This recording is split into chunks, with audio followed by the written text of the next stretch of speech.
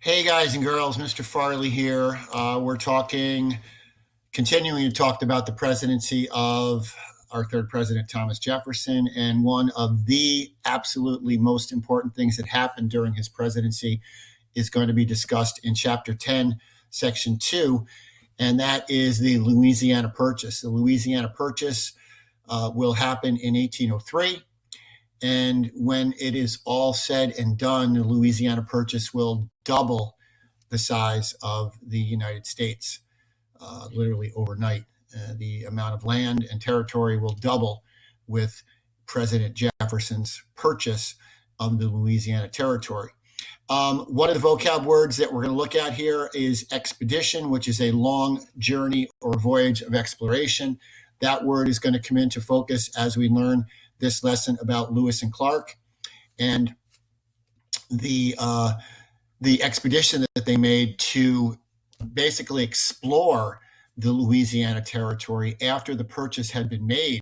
So little was known about the Louisiana Territory that when the purchase was made and the United States received millions and millions of acres, President Jefferson tasked Meriwether Lewis and Clark to basically explore and get a lay of the land after the purchase took place. They will have at their side a young Native American woman with a baby in tow named Sacagawea or Sacagawea. She will aid and assist Lewis and Clark on their expedition west, and that's what we're going to focus on in this lesson today.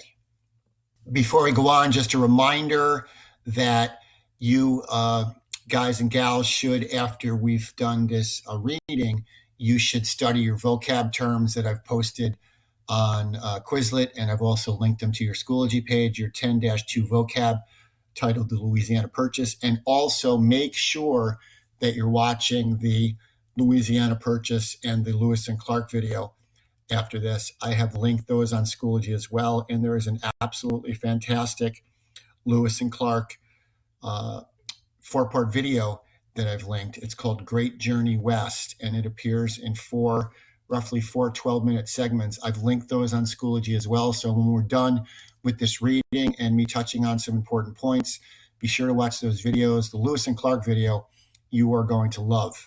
It is well done. It tells the story in very great detail, and I'm really looking forward to seeing it. Now, let's take a look first at the summary here. The Mississippi River was very important to farmers in the West. They shipped their products down the river to New Orleans, Louisiana. New Orleans comes out at the Gulf of Mexico. The Mississippi, rather, comes out at the Gulf of Mexico and New Orleans. And from New Orleans, ships took the products to other cities. First, Spain and then France controlled the vast territory of Louisiana. And Louisiana was not just the state of Louisiana as it appears on our map of the United States today. When you look at the videos I've linked, you'll see the Louisiana Territory basically was the territory west of the Mississippi River that basically went all the way west of the Mississippi, and it went up to the edge of the Rocky Mountains. It literally went across half of the continent. Now, the Pinckney Treaty with Spain, another vocab term, the Pinckney Treaty with Spain kept New Orleans open to American shipping. Then Spain gave Louisiana to France. President Jefferson worried that France might one day close the port of New Orleans to Americans, and President Jefferson is concerned that with France controlling the Louisiana Territory and Napoleon being the leader in France, Jefferson is concerned about France's interests in North America. So President Jefferson would send officials to buy New Orleans from France. He would send delegates, representatives to basically negotiate the purchase of New Orleans from France. And the French offered to sell all of Louisiana for $15 million. Now, $15 million sounds like a lot. And it certainly was a lot of money in 1803, and it certainly would be a lot of money today. But for the size of the land, the Louisiana Purchase, even though it cost $15 million, it averaged out to be about pennies an acre. So Jefferson agrees to the Louisiana Purchase in 1803. Napoleon, the French leader, was in dire need of money for his army, so he sold this territory to the United States in 1803 for $15 million. The United States then takes control of a huge area west of the Mississippi River. Now, as I said at the outset of the video this afternoon, President Jefferson will then ask Meriwether Lewis and William Clark to explore the Louisiana Territory, the Louisiana Purchase, and to map a route to the Pacific Ocean. Jefferson clearly here is intending on using these two men to basically chart a course so American settlers can follow their path west to the Pacific. Jefferson, even in 1803, is envisioning a country that literally will go from sea to shining sea. And the Lewis and Clark expedition, as it would be known, reached the Pacific Ocean in 1805. The explorers learned a great deal about our climate, wildlife, and Native American nations in the area.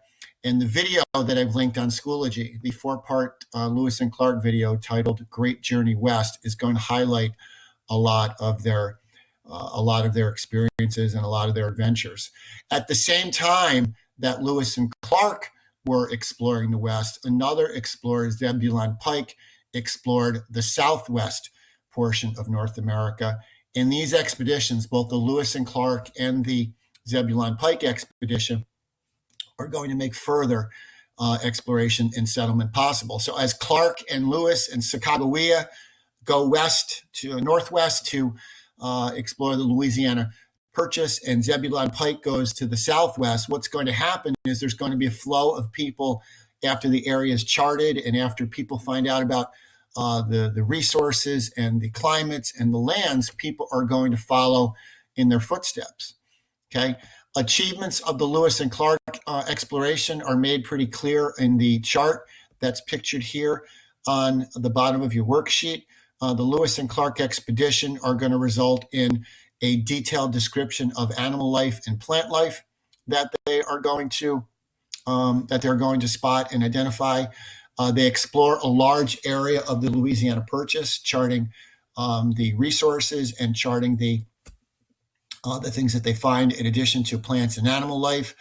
They are also going to report on Native Americans that they come into contact with. We'll see in this part of the chart, they're going to gather information about Native Americans, and they're actually going to have some scares along the way with Native American groups that they encounter, and they're also going to have some successes, and they're going to develop some friendships, largely due to the fact that they were traveling, as I said, with a very, very accomplished and very, very strong and independent woman named Sacagawea, who was traveling with her newborn Jean-Baptiste at the time. And you'll see in the video details on that as well. The primary result, in addition to what we've talked about, would be creating a map of their route to the Pacific.